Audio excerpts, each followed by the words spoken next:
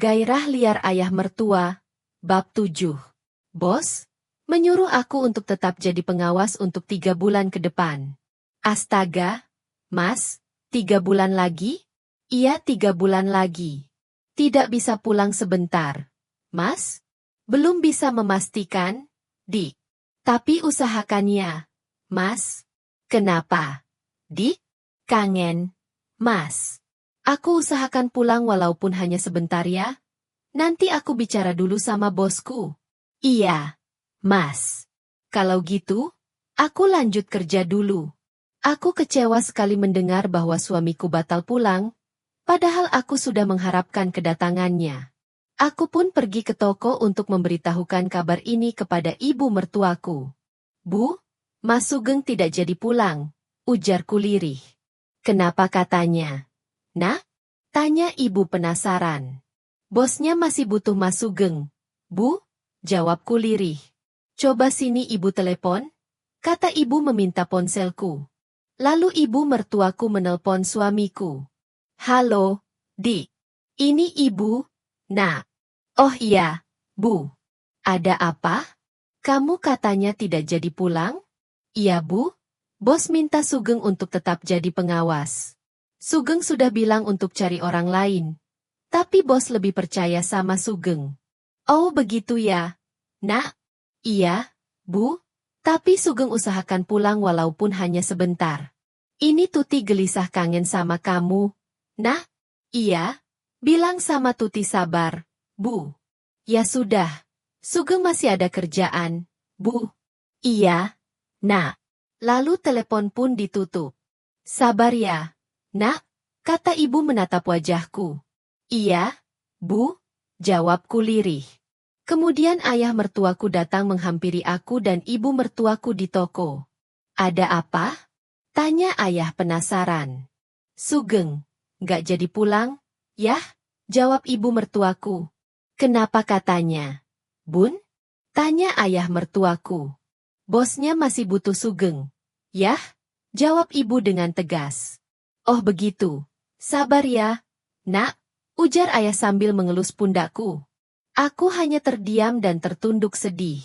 Berarti suamimu orang yang pintar. Sampai bosnya tidak merelakan dia pergi, terang ayah kepadaku. Iya, yah, sahutku lirih. Ia sudah sana bikinin ayah kopi, pinta ayah kepadaku. Aku pun beranjak dari tempat dudukku untuk ke dapur membuatkan kopi.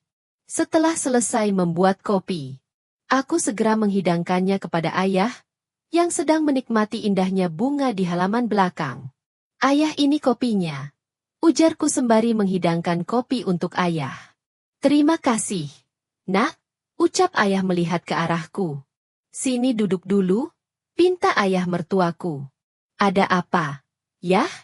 Tanyaku seraya duduk di kursi sebelah ayah.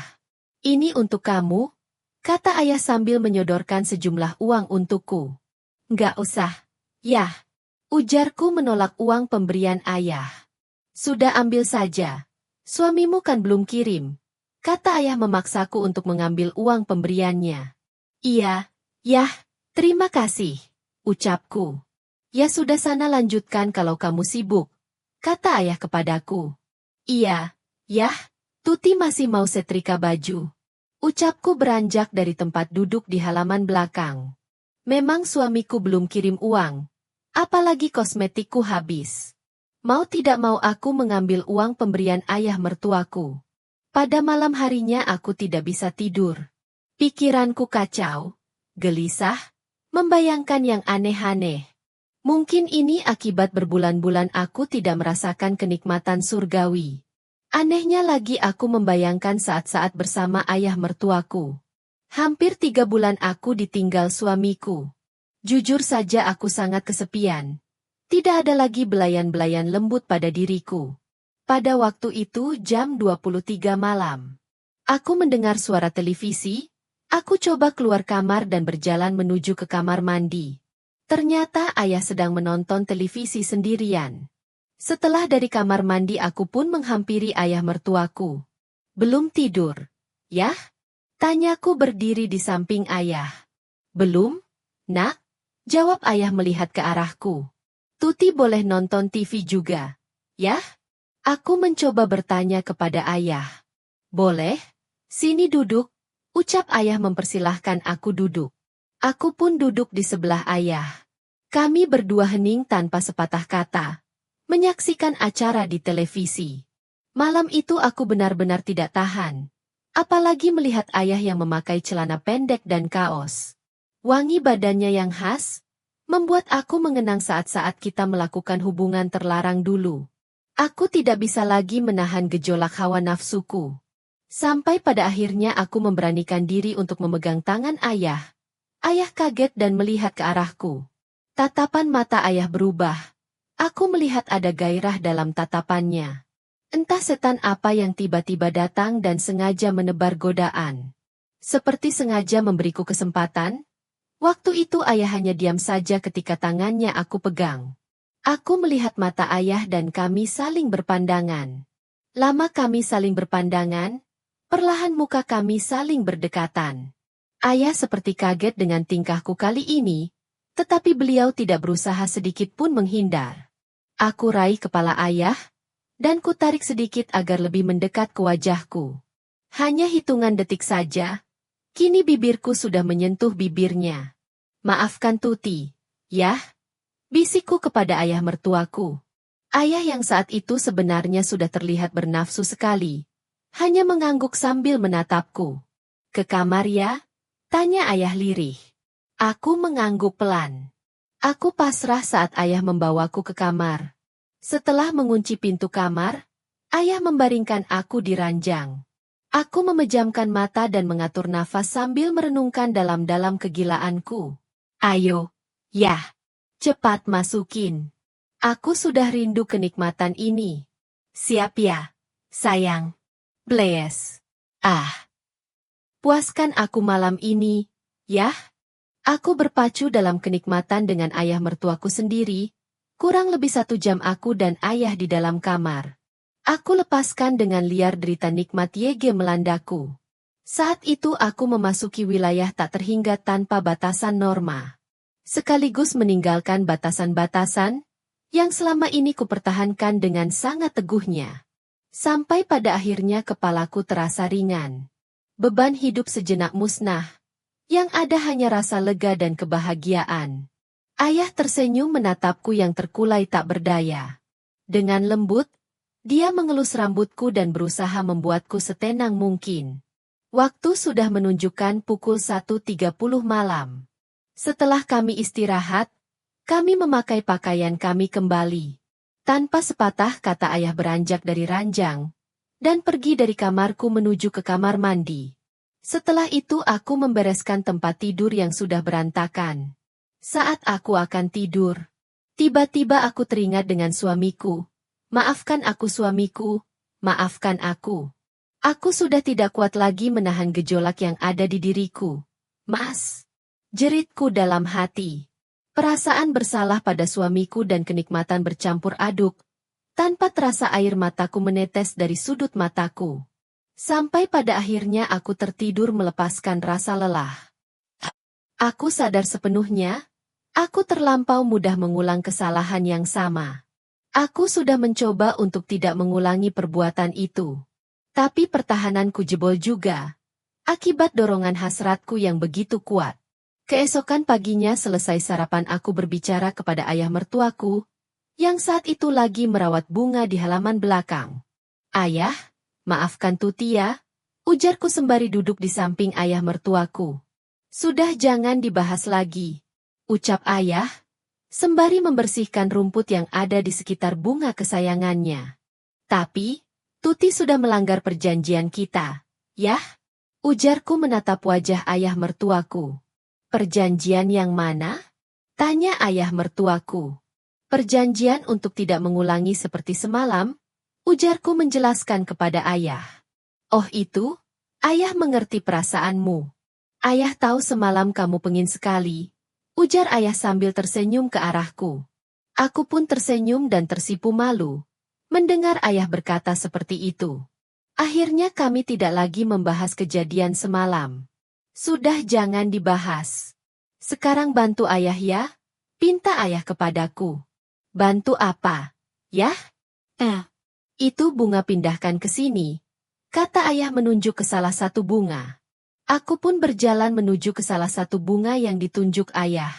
Yang ini, yah? Tanyaku melihat ke arah ayah mertuaku. Iya, bawa ke sini, kuat kan? Tanya ayah mertuaku. Iya kuat, yah? Jawabku menahan berat bunga tersebut. Angkat ayah kuat. Masa angkat bunga tidak kuat? Kelakar ayah mertuaku. Ayah ini bicara apa? Ucapku dengan kuketus. Hahaha. Ayah tertawa. Ketika aku membantu ayah, ibu mertuaku berdiri melihat kami di pintu belakang rumah. Senangnya melihat mantu dan mertua akrab, canda ibu mertuaku. Sini bantu, Bun. Ujar ayah kepada ibu mertuaku. Bunda sibuk. Yah, jawab ibu mertuaku. Tuti jangan disuruh angkat yang berat-berat. Yah, tegas ibu mertuaku. Iya, Bun jawab ayah singkat. Sudah sana, kamu masuk. Bisik ayah pelan kepadaku memintaku masuk ke dalam rumah. Setelah aku masuk, ibu mertuaku menegurku. Kamu jangan kerja yang berat-berat. Nah, ujar ibu mertuaku, sambil melihat ke arah perutku yang sudah membuncit. Aku hanya terdiam menundukkan kepalaku. Hari ini waktunya kamu periksakan? Tanya ibu mertuaku. Iya, Buk, jawabku lirih. Kamu minta antar ayahmu dulu ya? Ibu tidak bisa antar. Hari ini ibu sibuk sekali, ujar ibu mertuaku. Iya, Bu, ucapku. Sana siap-siap dulu, pinta ibu mertuaku. Iya, Bu. Ucapku kemudian berjalan ke kamar mandi. Ayah.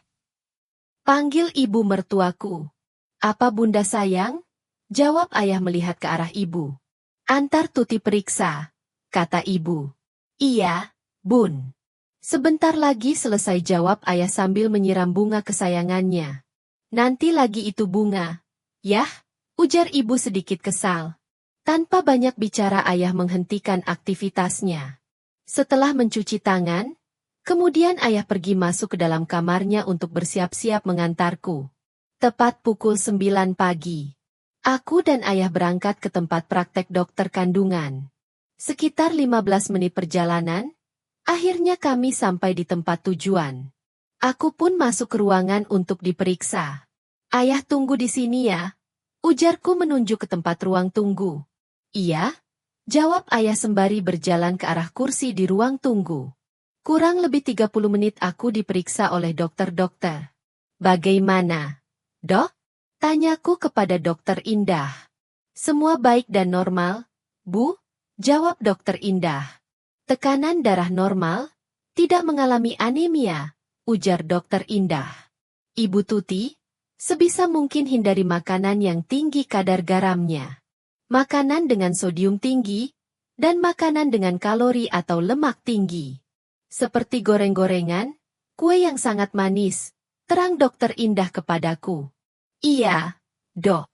Jawabku memperhatikan penjelasan dokter Indah. Ada pertanyaan, Bu? Tanya dokter Indah kepadaku. Kalau berhubungan suami istri boleh, Dok? Tanyaku kepada dokter Indah.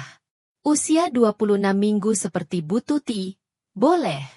Asalkan tidak ada keluhan, dan jangan terlalu intens, jawab dokter Indah.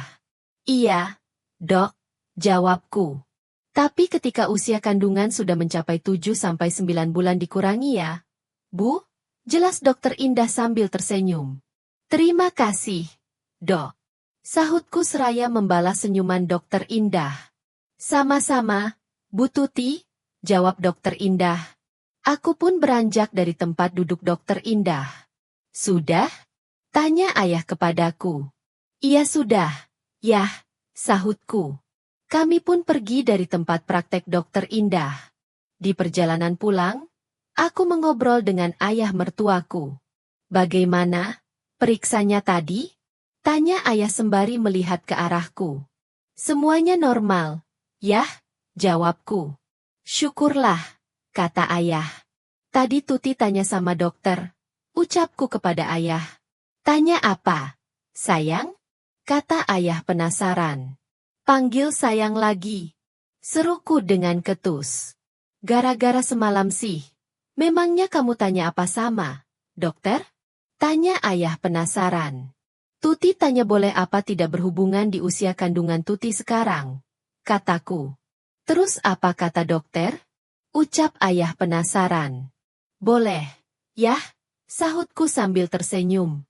Wah, ayah senang sekali mendengarnya. Kata ayah melihat ke arahku penuh dengan kegembiraan. Ayah, gumamku.